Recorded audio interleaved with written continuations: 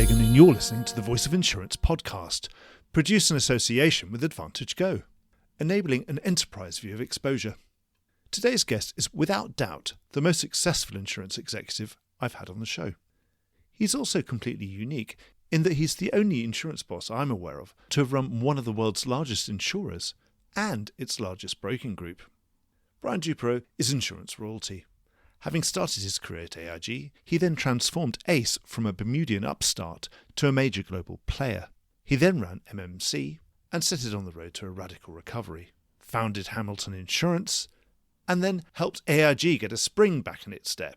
He's now just founded Mereo Advisors in probably one of the most difficult funding environments for balance sheet businesses in his long career. But this introduction shouldn't be a run-through of his superb résumé. Most of you know all that already. Before this meeting, I'd met Brian a couple of times. I'd had a brief interview with him once in the early days of the Hamilton era and had chaired him on stage at an insurance conference. But today's episode really showcases why the podcast can be a much more intimate and valuable medium than others. That's because in this encounter, we had the luxury of less time pressure, and what resulted was a long and expansive conversation that is something very different. If you want to know how Brian has found success, listen on. It comes through loud and clear in every sentence. Brian cares deeply about what he does, but it's obvious he cares about all the people in the organisations he's run even more. He's a rare CEO, not because he's brave, morally upstanding, strategically audacious, a natural underwriter and risk-taker who's strong when executing difficult decisions and has a clear vision for how to create, grow and run great insurance businesses. He's got all of that in abundance, but on top of that, he's self-aware enough to know instinctively when he should hand over to a successor and try something new. As he puts it, he knows you can let a role define you, and it gets really hard to leave when you're the big successful boss, and everyone always laughs at all your jokes. Some of Brian's most lasting achievements have not just been the growth and performance of businesses while he's run them, but the robust state he's left them in, and the continued sustainable growth they've all achieved after he's moved on. I could go on, but I think you get the picture by now. Listening back, I think we managed to do the opportunity justice. Brian's also great fun, and we ended up laughing a lot more than I had imagined when poring studiously over my research and reading the superb biography that has just been written about Brian by Wendy Davis Johnson in preparation for this interview. This podcast contains an enormous amount of highly valuable advice. My advice is to listen on and take it all to heart. If, as a result, anyone listening achieves even a tiny percentage of the success that Brian has, it will have been time well spent. Enjoy the podcast. Brian, welcome to the Voice of Insurance. Well, thank you. Nice to be here. Good to see you again. It's really fantastic to have you on the show. I've been dying to have you on the show ever since I started this podcast over 5 years ago now. So it was really, really great to get you on.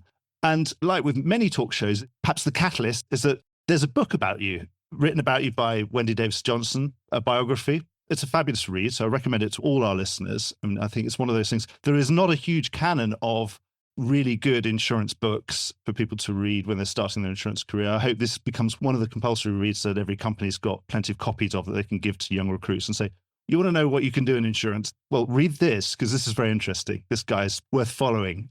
There's a huge amount of your personal life and your professional life in this book. First question is, what events in your personal life have most shaped your insurance career? Well, I'm the only son of a single mom. And I never really knew my dad. He left before I was born. So that definitely shaped my life, being raised by my mom in an environment where I was probably the only child like that. I mean, I was in a Catholic community. I'm a devout Catholic and raised in a way by nuns. But when I went to school, I'm the only one that doesn't have a dad. That made a big difference in my life.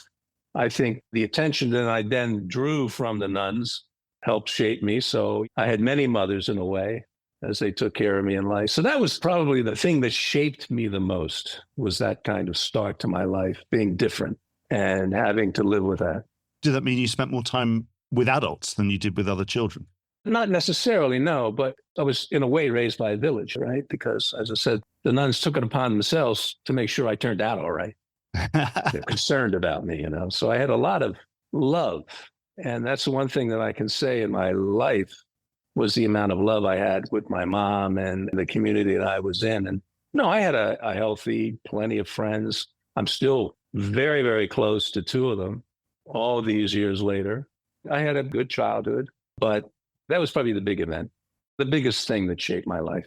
Well, you've already mentioned the religious community, that wider religious community. What about other mentors that you've had in your career, other figures that are looking out for you and you can emulate? Well, there was, staying with that theme, there was the Monsignor at our parish, Monsignor McCarston. He was an interesting character who, had he decided to go into the secular world, probably would have been a multimillionaire in a titan of industry. He was quite amazing. And, hard work and humility, all those things combined. So that was probably the first one. Friends of the family, there were a couple of them. And of course, was my grandfather, my mom's dad, Mike McLaughlin, who was an interesting man, but he was quite old, of course, when I first can remember him. He was already quite up in age, but he was, again, just an interesting man with long history, came to the States to take care of his sister. So a selfless man. I learned a lot from him. My football coach, you always have to have a coach in your life somewhere that you love and hate. I loved him more than I hated him, but he was a great guy named Zeiss, Bill Zeiss. And I think he might even be in the book, if I'm not mistaken.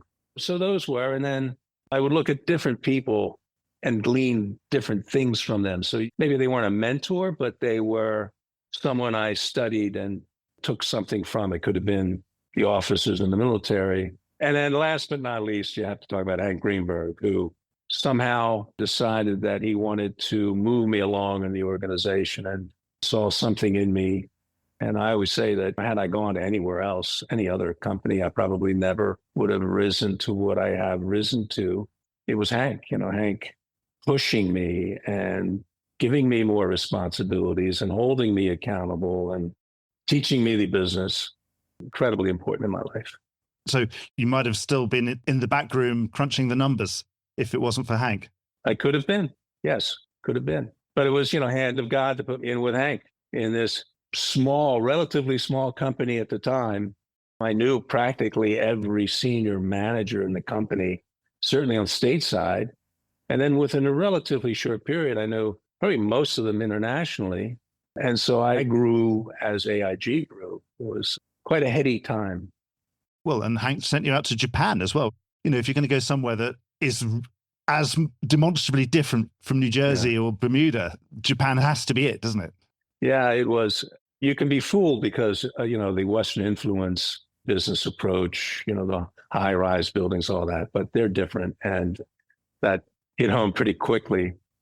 It was a great experience. It was a huge organization. We had 20,000 agents and 5,000 or 6,000 employees. It was a Fortune 500 company in its own right. So quite a big responsibility for me at the time. But the most important thing that happened was that I had a son born in Japan.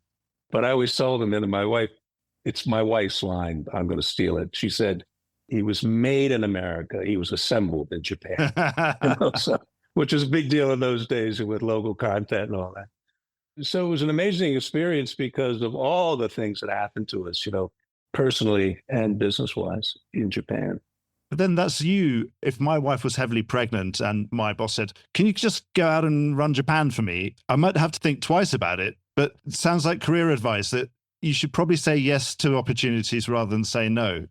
That's my advice to all, take the opportunity when it's presented, take a risk. But we didn't know she was pregnant, by the way. We didn't know. She showed up.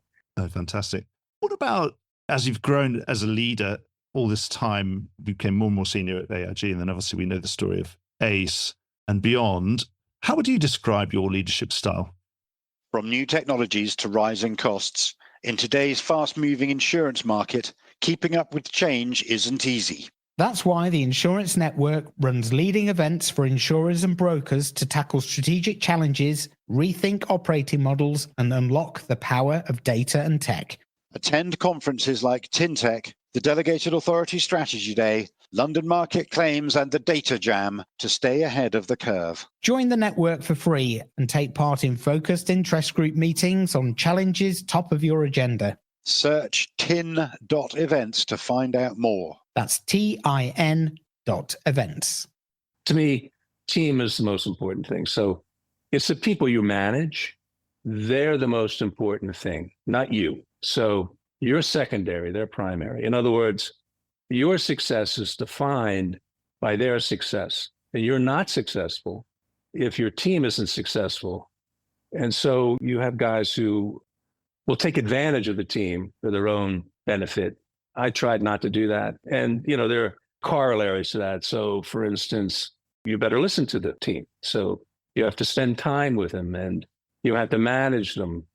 If you have the luxury of constructing a team, that's fun. And how do you put those pieces together and what's the right diversity? But sometimes you inherit a team and there's not much you can do about it. Can you maximize the team's efforts? All of that is a leadership style. And that's what I try to do. I try to make the team first, give them credit. And your success then is longstanding because if the team is only successful while you're there and then you go away and it doesn't work, well, that's not good either. So you weren't a good team builder. You know what I mean? That's a long-winded way of describing how I think my style is. But having read the book, you've got a great nurturing attitude to your team. You want to make all of them successful and you want to get all of their input. So you really want to listen to all their voices. But something that struck me from the book is that then you say, but it's not a democracy. I am leading this team. I'm going to ultimately make the decision. Okay, I'm going to communicate everyone why. But I don't want anyone to get the impression that you say, well, it's all like a cuddly democracy or a committee or something. Yeah, we didn't take a vote. I might have been the minority in the advice from the team, but I had to explain to them why I've chosen one way, even though most of them wanted to go a different direction. So yeah, you're still the boss. You still have to take the responsibility for the decision. And then once you make that decision, you don't blame anybody else if it doesn't go right. That's another thing. It's you made the call, Brian. You live with it, and I hate guys that point fingers at their team as they're the ones, it wasn't me, please. Anyway. I suppose what you're describing is something that's very long-term and sustainable, isn't it? Yeah. Once you get that respect of the team, they'll go with you even if they all think you're crazy at the time. They say, well, it is Brian, it's probably, it's worked out before and, he has listened to everything and he's given a very considered reason why he's doing all this, but it's still his decision. By the way, it helps if your decisions work out. Like if you listen to them, decide to go a different direction and you fail and you do that over and over again, you probably don't have a team behind you. So success doesn't make a difference. If the next time you call them all to come over the top and full battle cry, they might say, I think I'm staying in the trench. Thank you very much, Brian. Right. Yeah. We've seen this movie once too many times.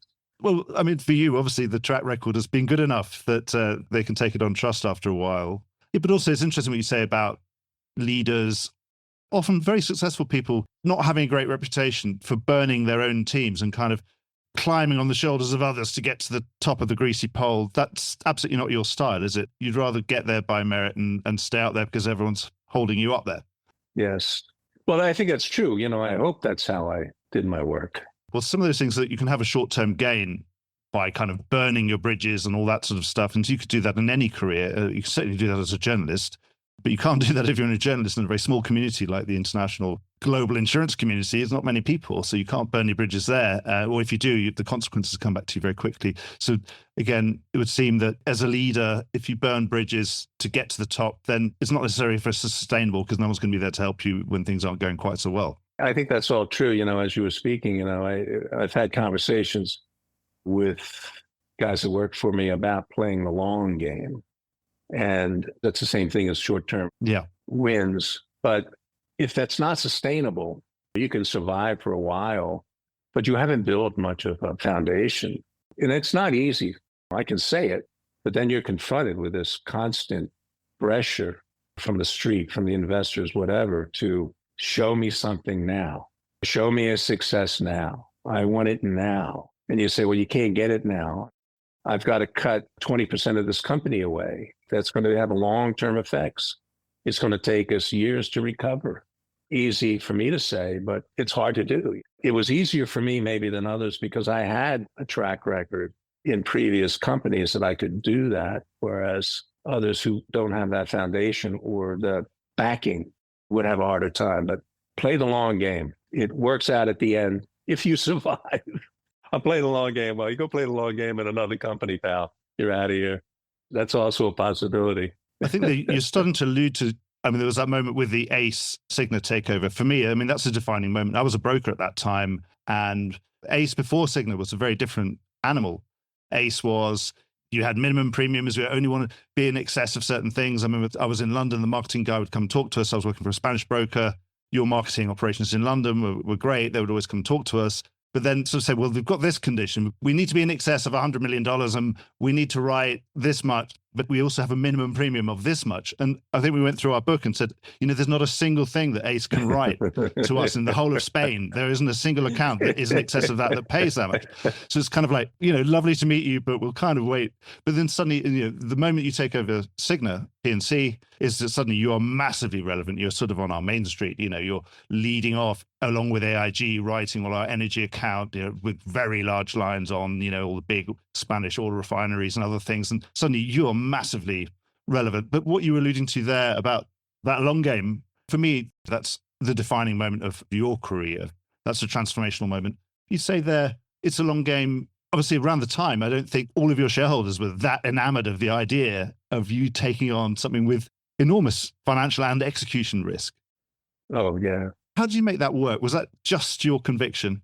It was not just me. So my team, the management team of the company, were all in favor. We were 100% in on this. That's good, because it wasn't one of the ones where you were sticking your neck out and hoping. No, we were all. I can remember having a conversation where there was a competitor, and I said, we're going to put a bid in, and we may not get it. We'll have to think about what we do if we don't get this company. And they all, to a person, said, raise the bid. So they wanted this thing. They saw the value of it. I mean, I explained it to them, but they got it. And I would say the other great support came from the board itself. The board was 100% with us. And I couldn't have done it without board support and management support. But yes, we did not have investor support. It was crazy in a way. I think there was 600 of us in the total company, 200 in the US, 200 in London, and 200 in Bermuda, roughly 600 people. And the Cigna P&C business was 9,000. So I would say it was like the Spartans at Thermopylae. They just kept coming and coming. And we had to cut a third of the workforce at the Cigna P&C business. So it was radical, risky. The risk of failure was significantly higher than other transactions that I've done. I mean, significantly higher. In some ways, the street thought I was crazy. They really liked me until then. And then they're like, I think the man's gone crazy. I think he's just gone over the edge. And then within a year or so, I went from crazy to genius, that fine line. He was no longer crazy. He's a genius. And it was the same guy and it was the same deal. And the last thing I'll say to you is that management and board support, because we knew we were buying something that had problems. That's why we had it. It was the first time I really acquired something that had a lot of problems. I tried to buy things that didn't have any problems. And when problems popped up, the reaction wasn't, oh my God, there's a problem. It's like, of course, we knew those problems. All right, how do we fix it? So it was all very positive. In fact, even the problems became, well, where are the problems? There's got to be some more problems here, in search of problems. It was a wonderful time. I mean, I learned so much that I was crazy and a genius at the same time. But the importance of that support, I can't emphasize it enough. How many quarters was this Ace stock in the doghouse because of that deal? Oh, yeah, we were so low. And then my buddy Dominic Frederico brought this other acquisition to us that we were buying. It was a financial guarantee company right on the heels of this. I said, Dominic, we need this like a hole in the head. I said, but is it a good deal? He said, yes, a really good deal. I said, okay, let's do it. It was a stock purchase with no floor. So unintended consequences, as the stock dropped, it became a much better deal. They were getting nothing. So it was very strange, very, very strange times. There's some unique assets in the insurance industry that we all know and love, and we all wish we could buy them. But sometimes you can only get a chance of buying them when they've got problems, because otherwise it would never be for sale. Yeah, exactly. So it's one of those things. So, by the way, would you think that was your career-defining highlight? Was that your moment where there was a Brian Duperreault's career before that and Brian Duperreault's career after that? Were they very different things? Yeah, probably. I'm thinking of the others, but the others probably wouldn't have come if I hadn't done that. And Ace would have been a different company if I hadn't done that. So yeah, I'd say that was as big a deal as I've done, without question, and probably the biggest transformational move I've ever made. What do you learn about executing M&A successfully? Because I think, yes, you can't have a bigger David and Goliath situation culturally, because, you go from being a company which everybody knows you, and you can probably go around and meet most people, and you probably might not know everybody in the building, but you know all the key people and they all know you and you all have a good relationship, to go into suddenly being 9,500 people and then also having to have that difficult moment of trying to cut the costs and cut the wage bill, and hopefully trying to hang on to the 70% of the workforce that was all the best people, or people who, that you absolutely need going forward, and let the 30% that were less productive go or be best served somewhere else. I mean, how do you do it? And then build a culture around a completely new set of people? Yeah. So where do you start? I would say, yes, all my other acquisitions, I tried to acquire businesses that were well run and had great people, and the people in them fit our culture. So it wasn't bringing in an alien group. We spoke the same language. They may have done business in a different part of the world or a different line of business, but we all spoke the same language: underwriting, professionalism, et cetera. So the Cigna business was widespread. It had multi-cultures. It had a domestic group and an international group, and they were not the same. But the international guys, I knew almost all of them because half of them were former AIG, AIU people. So that part helped, because I had at least one half of the organization I could feel solid with. And we had acquired this company, Westchester, great little company, had issues, but was being fixed by the management. And I had all the faith. Dennis Redding was running it, and it was like looking in the mirror. Not that he looked like me, but the internal me and the internal Dennis were very similar, right? So I had all the faith in Dennis. And so Dennis and Dominic and these people, the men and women of Westchester, really infused themselves into the Cigna, a P&C business. So by the end, almost all the senior management within Cigna, domestic US, was replaced, and substantially by people from Westchester. So that acquisition of Westchester, we were thrice blessed by having them within the organization. Now, as far as, how do you make this change? How do you get rid of people in a humane way? Well, we decided we would only do it once, and we'd be honest. I traveled east-west. I had other guys going north-south, and we visited every major domestic operation and explained to them what we were doing. And then we said, look, we acquired you because we wanted you. They sold you because they didn't. So let's start with that. We want you. We like what you do, but you look around and there are just too many people. And there were checkers, checking checkers, as I described it. There was a lot of, let's make sure we don't make a mistake by putting layers and layers of preventive measures. All that did was just push them into the worst business you could possibly write. It had the opposite effect. And the people within the organization knew that this is crazy. People sitting around, it's just nothing work. They wanted it fixed as much as I wanted it fixed. You look around, you know what it's like. We can't afford everyone that's in this room. And I'm not saying you're not doing a good job. There's just too many of you. And we have to fix that. And I'll try to do it as openly and as quickly as possible. And they all bought in. I didn't know. I thought I was going to be lynched in a few of these places for telling them this. And they even clapped. It was for them a breath of fresh air, and they had never seen a CEO. And nobody ever visited them. So it was, again, a learning experience, because the truth wheels out. You can give a hard message if you're honest about it, and there's an inherent truth to it, because people get it. They may not like it, but they get it. And also, it sounds like speed and clarity. Don't have the sort of Damocles hanging over people for years and years, because there's nothing more demoralizing than not knowing where you stand and whether they really want you to be there or not. And far better to get on with it and make the cut when you need to make it. Right, exactly. And of course, you have to make too big a cut and fill it back in, because you don't want to do it 2 or 3 times, because you're absolutely right. That's when people start to say, well, am I next? And you want them to know that they're not next. They're the future of the company. Something I really enjoyed from your book is that we can have a philosophical discussion about underwriting, Brian. There's a really interesting quote in your book where you're saying you don't want to write bad risks, period. Selection is more important than pricing. Selection is everything. So speaking as a former broker, sometimes selections, it's very difficult to know. The alternative wisdom there might be you can't necessarily select the risk, so you should write a really balanced portfolio, not bet the farm on anything. Don't put all your eggs in one basket and all that kind of stuff. And just write a decent, large portfolio. I mean, I must know hundreds of underwriters we've had that similar discussion with, but you've got to believe that you really can select the risks, or that at least that there are some risks that you know you should never write. Is that more accurate? Yeah, I think let's start with that premise. There are risks that you know you shouldn't write. I would tell you, professional underwriters know that. They'll know. There are some who absolutely aren't hidden. They are out there in full glory. Then, you wrote what? So avoid them. And just because a risk has a loss doesn't make it a bad risk. No. So that doesn't define it. It's always about management. I mean, we're running commercial books. So commercial businesses run by people. And what are those people like? And so the great discovery is the discovery of the management of the company you're looking at.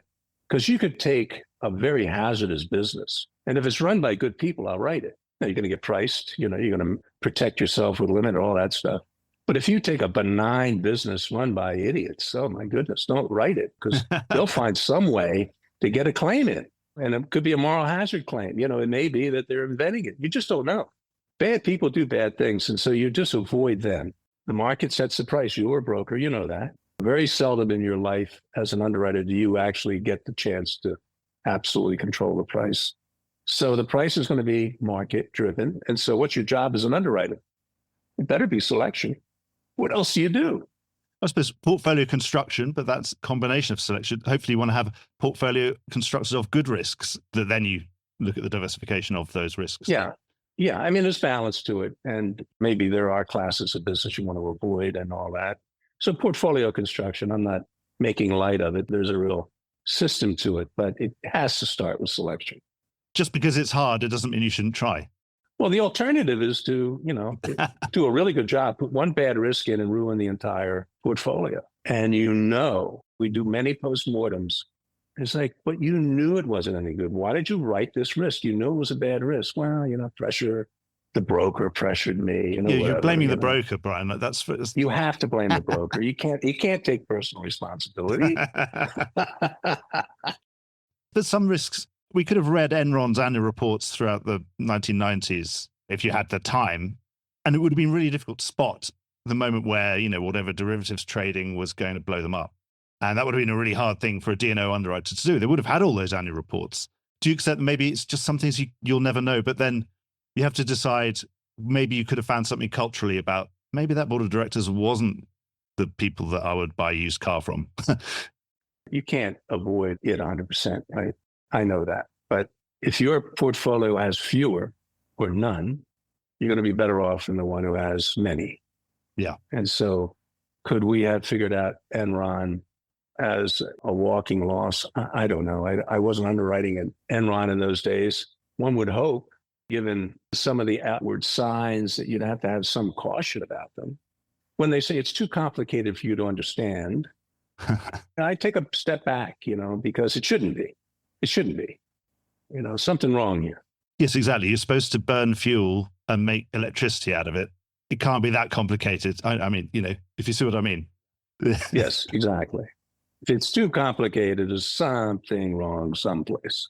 Well, Brian, you mentioned about brokers, and of course, someone's bound to write in and say that I'm wrong. But in terms of the scale, I don't know many people who have run some of the world's largest insurance companies and built some of the largest insurance companies in the world, and also run the world's largest insurance broker, not just any broker, the largest insurance broker in the world on different measures.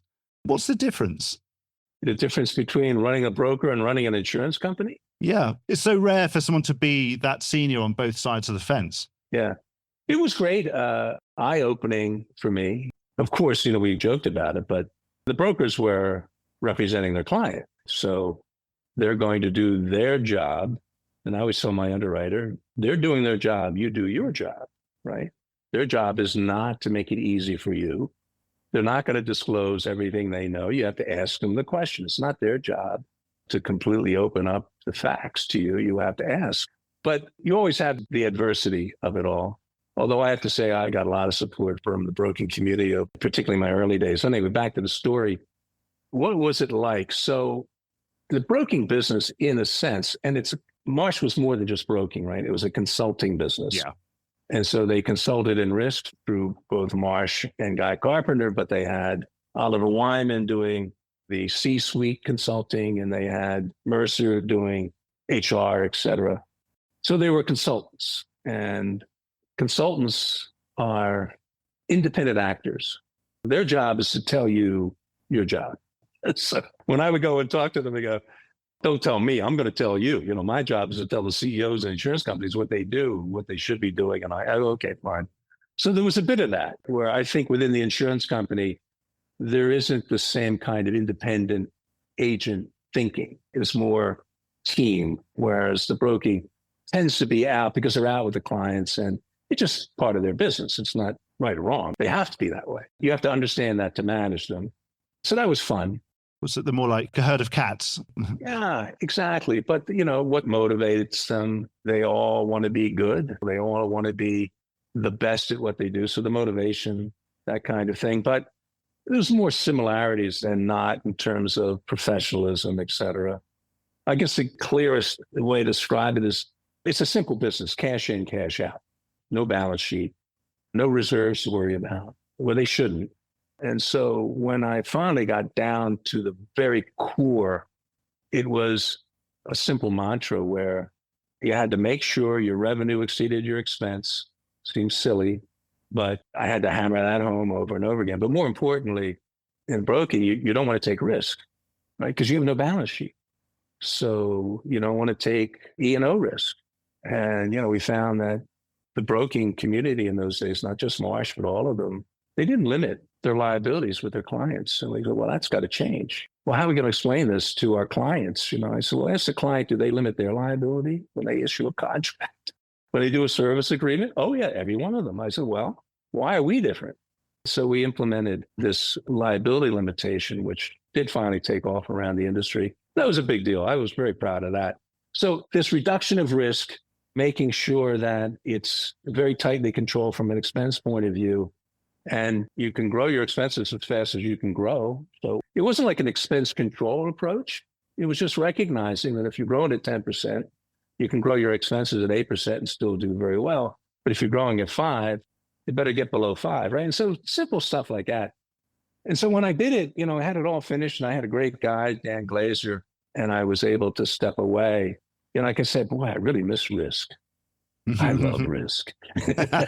So that was another thing I learned about myself. You know, I love this risk business. Right. I fixed up this one broker, but that's enough. I'm not doing it again. Herding cats is probably quite tiring as well. Yeah. But they got it, you know, and I think the other advantage that I had was they were in crises. So they're willing to listen. They're willing to change because they knew they had to. And that was very helpful. It would surprise a lot of people that perhaps in the mid-90s, even towards the late 90s, a lot of brokers really didn't know whether a piece of business they were placing was actually profitable long-term for them or not.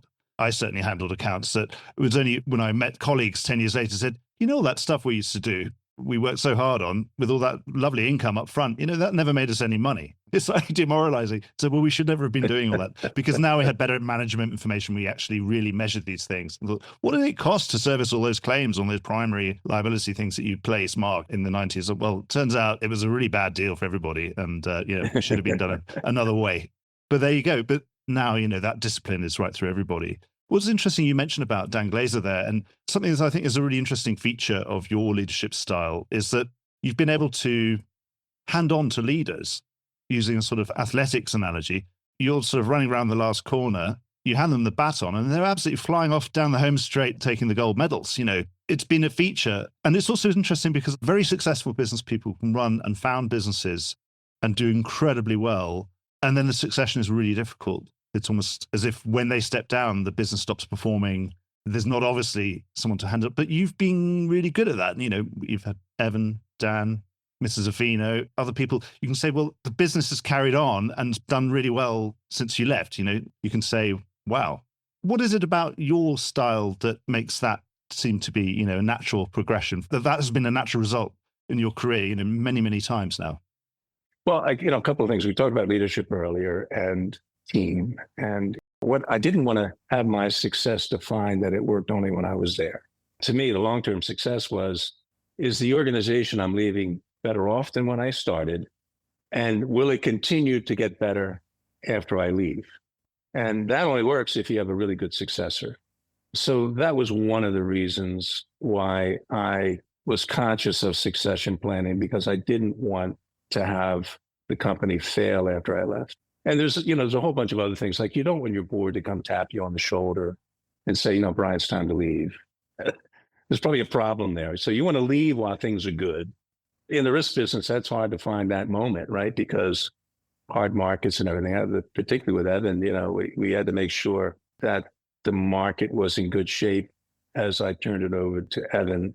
That wasn't the case with Marsh McLennan, because different kind of business. So there was that. I guess there were other elements that CEOs, all too often, they just cling to the job because it defines them and it's intoxicating. People think you're funny when you're really not, but because you're the boss. They start to believe all that stuff. So you have to have a healthy understanding of who you are and who you're not, and that you're not defined by the job. When you leave the job, you don't collapse. You're still a solid individual, And so you better have a good, solid ego and balance. So that was that. So can I walk away from this job? And I guess the last thing, which is really personal, is there are things that I'd like to do and things that I don't like to do. And so within an organization, like building ACE was fun. It was heady. It was high adrenaline. We're acquiring and conquering the world and everything. And at some point, you reach status, right? So status, so status, so you're basis. So you're in a position where basically now you've got to manage it. You just can't grow through acquisition or the other thing. So it starts to get less full of adrenaline and much more hard work. And I'm lazy. I knew that wasn't me going forward, and that I needed someone who was skilled in the next stages of what ACE needed to be. And that was Evan. He's taken it to a whole new level, done a brilliant job. And I knew that it was only going to get to the next level if someone else took it and I gave it up. So in a way, it was an easy decision, which then in the other way gave me the opportunity to go do something else. Now, I didn't realize I wanted to do something else when I stepped down. I retired and I had all these boards that I was chairman of this and a lot of stuff and nothing in particular. Then I got the Marsh job, and that just hit home how much I really like concentrated effort, one specific thing, all consuming, instead of this mishmash of stuff that I was doing. Anyway, so I learned that a little bit about myself. And again, it got to the point where Dan was clearly the guy who should take this thing forward. And it just was unfair to Dan to stay. But by then I knew, I'm just off to the next great adventure, whatever that was going to be. Turned out to be Hamilton. And then Hamilton went to AIG. And so had I not stepped down, and this is why I talk about taking risk, had I not stepped down in any of these companies, I never would have gotten the next experience. And my life would have been a lot different. And it's been so much more fun and so rich in the experiences that I had. I thank God I did step down. But yes, the time to go is if people are laughing really hard at your crummiest jokes, then it's time to leave. Exactly. But a lot of guys don't know that. No. Well, I'm lucky enough to, yes, the culture of journalism is that it doesn't matter who you are. If you say a crummy joke over the news desk, everyone tells you to your face it's crummy. That's kind of the culture. You're mentioning Hamilton, which was the next adventure. One thing that was really striking about Hamilton from the first, it was quite ahead of its time. You were ahead of that insurtech wave that came afterwards. But you were one of the first insurance companies, of course, and it's one of the nice things when you're starting a de novo company with no legacy and therefore no legacy systems on the IT side. You were one of the first people to really talking about marrying that technology and insurance and the sort of white heat of technology. Having spent that time and made that investment and tried to build that absolutely blue chip, best of breed, as I suppose is the way that the IT people talk about it, company from scratch. What do you think technologies that are about today, like AI, for example, those were things I'm sure you would have been discussing early days in some of those early board meetings at Hamilton. How do you think something like AI is going to transform the industry? In ways we can't even imagine, right? So I can look in a very cloudy crystal ball and give you a thought or two, but take it for what it's worth. But we already know that it saves time and effort, discovery, analysis, fact gathering so much faster with appropriate AI than you can do it yourself. when I was with the Two Sigma guys, I mean, they had algorithms that could read every book ever written and glean from it certain facts that they could apply. So because we're in the fact business, we're in the information business, our job is to really kind of get into a complete understanding of a risk. And that's what underwriters do. And in the old days, they took a piece of paper and a pen and they ask a question and write it down. I had one guy, you write the question in blue ink and the answer in red ink, but that discovery is a little inefficient. And so that process, I think, is there. Claims handling, just all of the stuff that goes with the business gets cut away. And so what you're left with is the core of what you do. And where that takes us is an interesting question, because this core of what we do, which is the analysis of the risk, the decision to take the risk, at what price and under what terms, will we be completely replaced by a machine who can do it, gather the facts, make a decision, we don't need you? I don't know. I'm not so sure, by the way, because you're trying to divine the future, and there's only one person who knows the future, and he's not telling us what it is. So the future is affected by actions today too, right? So if you think it's going to be one way and you take efforts because of that, in effect, you change the future anyway. So I'm not sure that this ultimate decision-making will go to the machine. I think particularly when the risks are so different. No two oil companies are the same. No two hotel chains are the same. They're all different. And there's management. There's a lot of other stuff that goes into it. But we'll get close. The underwriter will have all these facts. And the machine says, and you make the call. So I don't know where we go with it. I'm optimistic that it's going to help us, not hurt us, as an underwriting team. Certainly on the data side, that you can pull all the data that's available to you from the broker and from the client itself, but also from third parties and from all sorts of other sources that you can benchmark and do all sorts of things. But yeah, on that actual underwriting side, do you think perhaps what might save the humans on the broking and the underwriting side is that trust element that, you know, you're buying $1 billion worth of insurance and you're spending quite a lot of money on it. At that point, you want to really buy it from a human being, I suppose, at that point. Maybe your car insurance is fine. You can press 2 buttons and it doesn't feel so personal. It's fine. It doesn't matter. My car is just like any other car. But do you think it's the trust the human side that is hard to replace? Even at the automobile side, I mean, the number of people who still use an agent are very high. And, you know, we have the generations that have come after me, you know, more and more and more are just quite comfortable being in front of a screen and doing everything themselves and doing their own discovery and making their decisions. Yet when it comes to insurance, they don't want to do that. And insurance is still a very personal thing. There's some reliance on the agent or the broker as a buyer to get the help that they need. It's an odd thing that they're purchasing.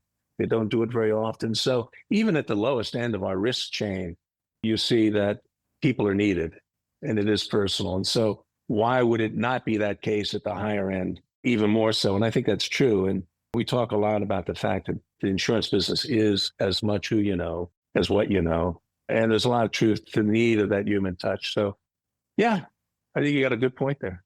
Yeah, and I suppose also on the claims side of things, obviously people don't tend to think about making a claim when they're buying insurance. They think they'll never have a loss. But of course, when you do anything that's a grey area, one imagines it would be very difficult for the algorithm to kind of make an ex gratia payment. It's never going to happen, is it? So it's nice to have a broker. You can go and camp outside his office and say, right, you're going to get my claim paid.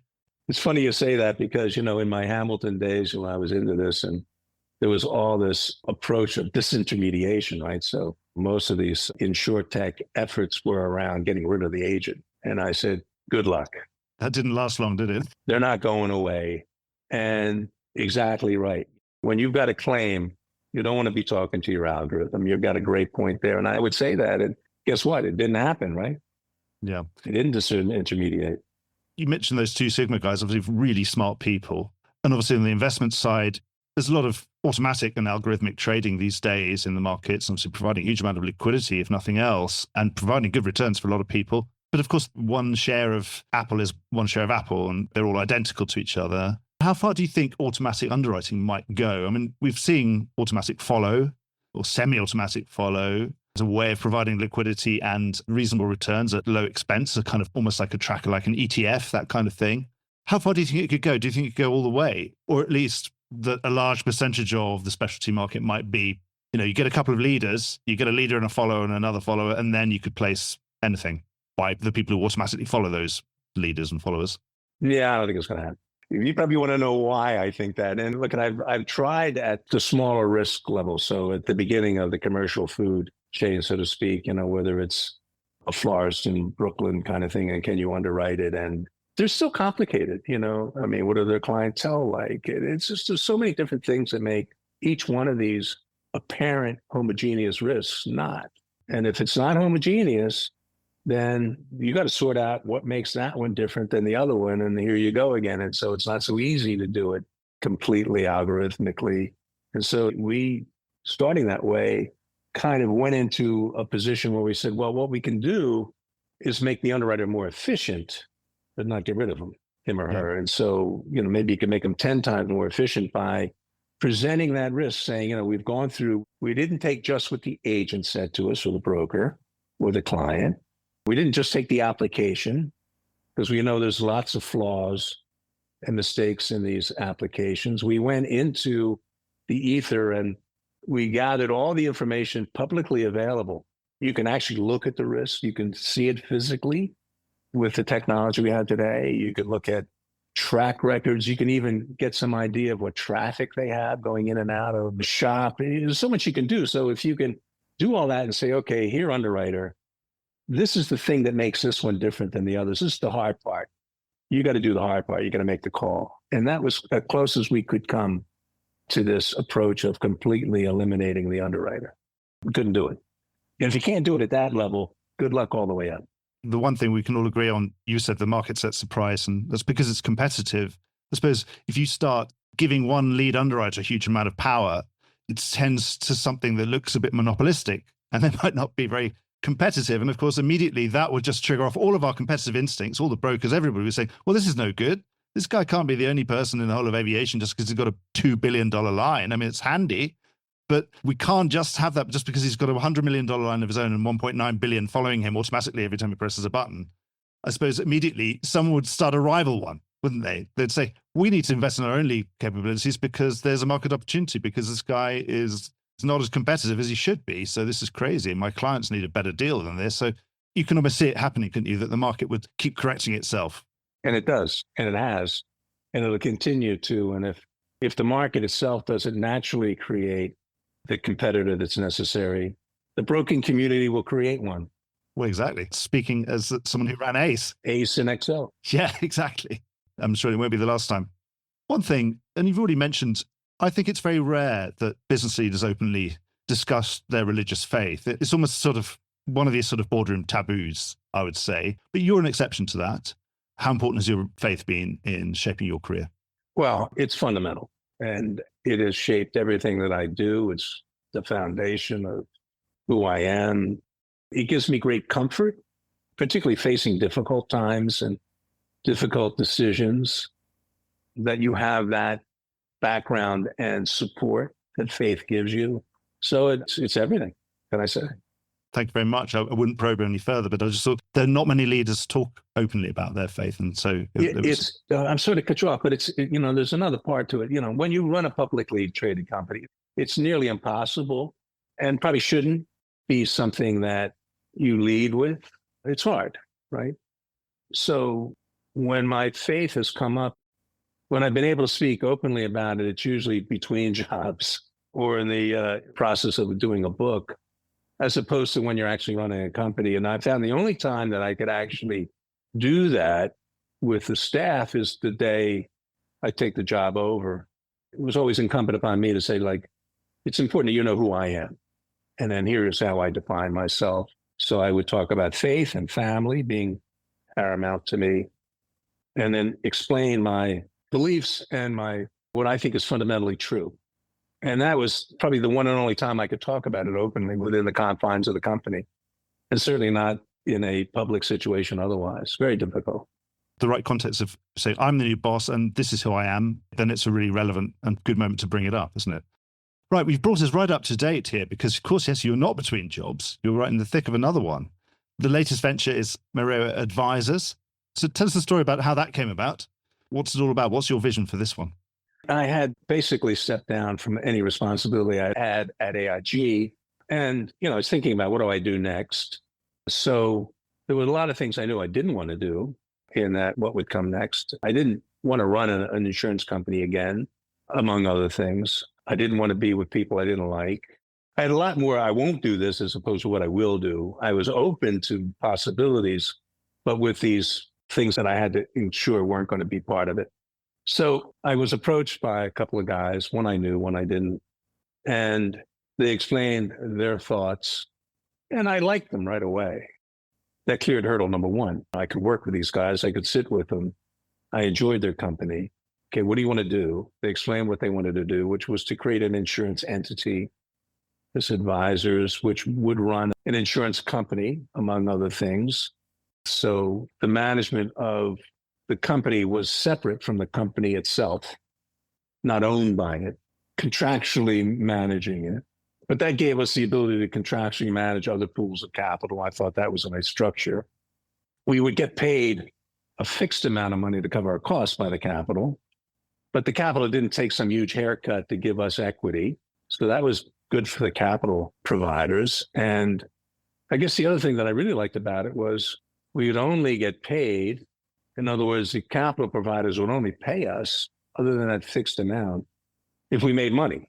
And that was completely aligned. Our interests and theirs were completely aligned. I liked that. And then I liked what they wanted to do, which was, in the case of the rated insurance company, have a very diversified portfolio of business and underwrite it. So a lot of times you get guys who don't know our business and they come into it and it's all about the float, get that investment, run with it, and forget what the insurance is. Just don't screw that up.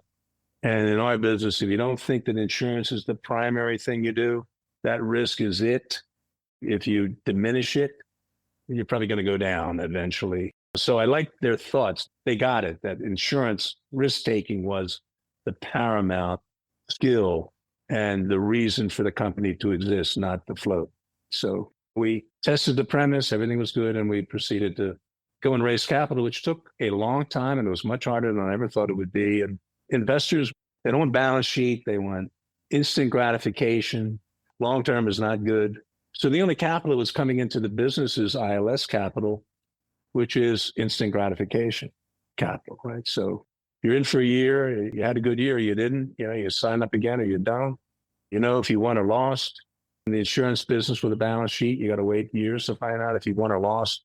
Not of interest to a lot of investors. But we did find, thankfully, a set of investors that we really like who get it. And we're the only one I know of that's been formed in the recent past. No, certainly the only one tangible with your A- rating and all the other things that go with it. Almost sounds like a Lloyd's managing agent, really. Obviously, in a modern version. Yeah, in some ways it is, there's nothing new under the sun, right? Yeah. I can't say, well, we invented something that's never happened.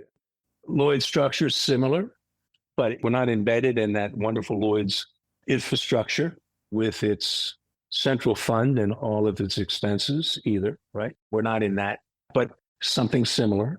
There are reciprocals out there, the reciprocal structure where management is separate. And there are the MGAs of this world who also are that way. But in our case, we're not embedded in the capital, but we have capital. We manage capital. We have permanent capital.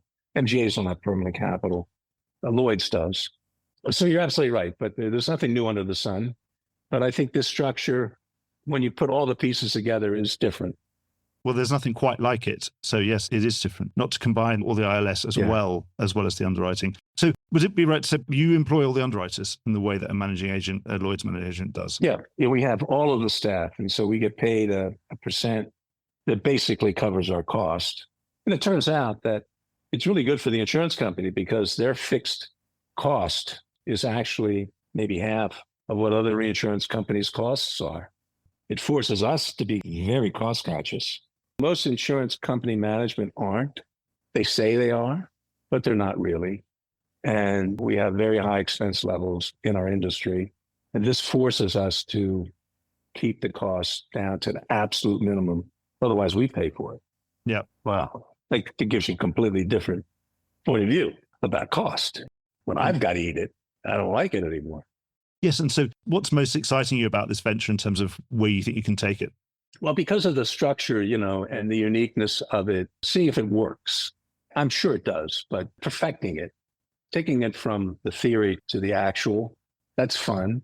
I've always had this point of view where what we do in managing risk is marrying risk and capital. Not all risk belongs in one set of capital. ILS capital likes one kind of risk. Other kind of capital doesn't want to even see, doesn't even want to mention that volatility, right? So different capital have different desires.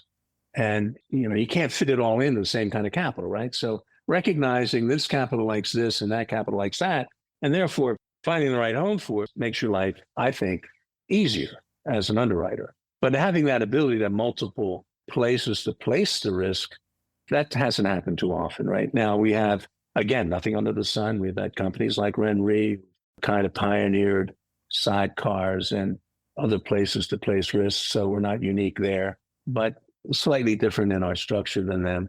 But seeing how that all works out, that's the fun part. See where we can take this thing, see if we can be creative and inventive and do something a little unique. And probably most important, just having fun, going to work and enjoying the company of others within the company and just enjoying ourselves. That's really what I'm looking forward to. Well, I hope, yes, that you'll become the most sought after custodian of all that capital and that the investors are battering down the door to offer you more and more money and you have to be turning them down, saying, sorry, I can't deploy that much capital in this market. Perhaps one last question would be, what would you like your most lasting insurance legacy to be? Well, all the companies that I've touched continue to grow and be successful and be like a proud papa. That's my desire, that they're all wonderful organizations in their own right and have thrived since I left. Brian, I've really enjoyed talking to you. We could be on here for hours, but I know we've all got busy lives today, and obviously you've got Mereo to run. So thank you so much for your time. I've really, really enjoyed having you on the show. It's been absolutely fantastic. So everybody's got to go out and read the book. Thank you very much. We'll have links to all of that in the podcast notes. So thank you so much, Brian. I've really enjoyed it. Thank you very much. It's been a great pleasure. Let's do it again. Well, I hope you enjoyed today's episode. If you did, don't forget to subscribe or leave a like or a review or recommendation on whatever podcast platform you used to access this program. These really help get the word out. Before we go, just a quick reminder that advertising slots are available here and in other places in the Voice of Insurance podcasts. Podcasting is the fastest growing medium and attracts a high quality audience of key decision makers. It's also an intimate medium where you, the listener, are right in the room with me and the interview subjects. Needless to say, that means it's a great way of getting your message out directly to an audience because you know you've got their full attention. It's also very cost effective. So get in touch with Mark at thevoiceofinsurance.com to find out how you could be speaking directly to the industry. The Voice of Insurance podcast is produced in association with Advantage Go, enabling enterprise-scale underwriting through a single pane of glass. Voice of Insurance is produced by me, Mark Gagan. Music was written by Anna Gagan and produced by Carlos Gagan. Check out more podcasts and written comment pieces at www.thevoiceofinsurance.com.